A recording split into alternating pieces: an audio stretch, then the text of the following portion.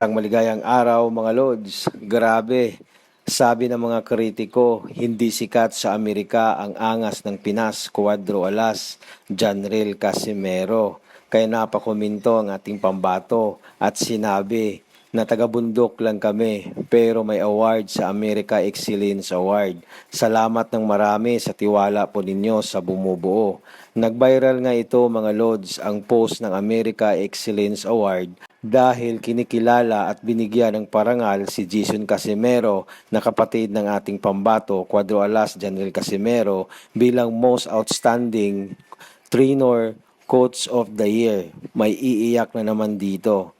Samantala, hindi rin nagpapahuli ang ating pambato na si Cuadro Alas Janril Casimero dahil pinarangalan ito bilang Most Outstanding Boxer of the Year. Hanggang dito na lang mga Lods. Maraming salamat. God bless you all.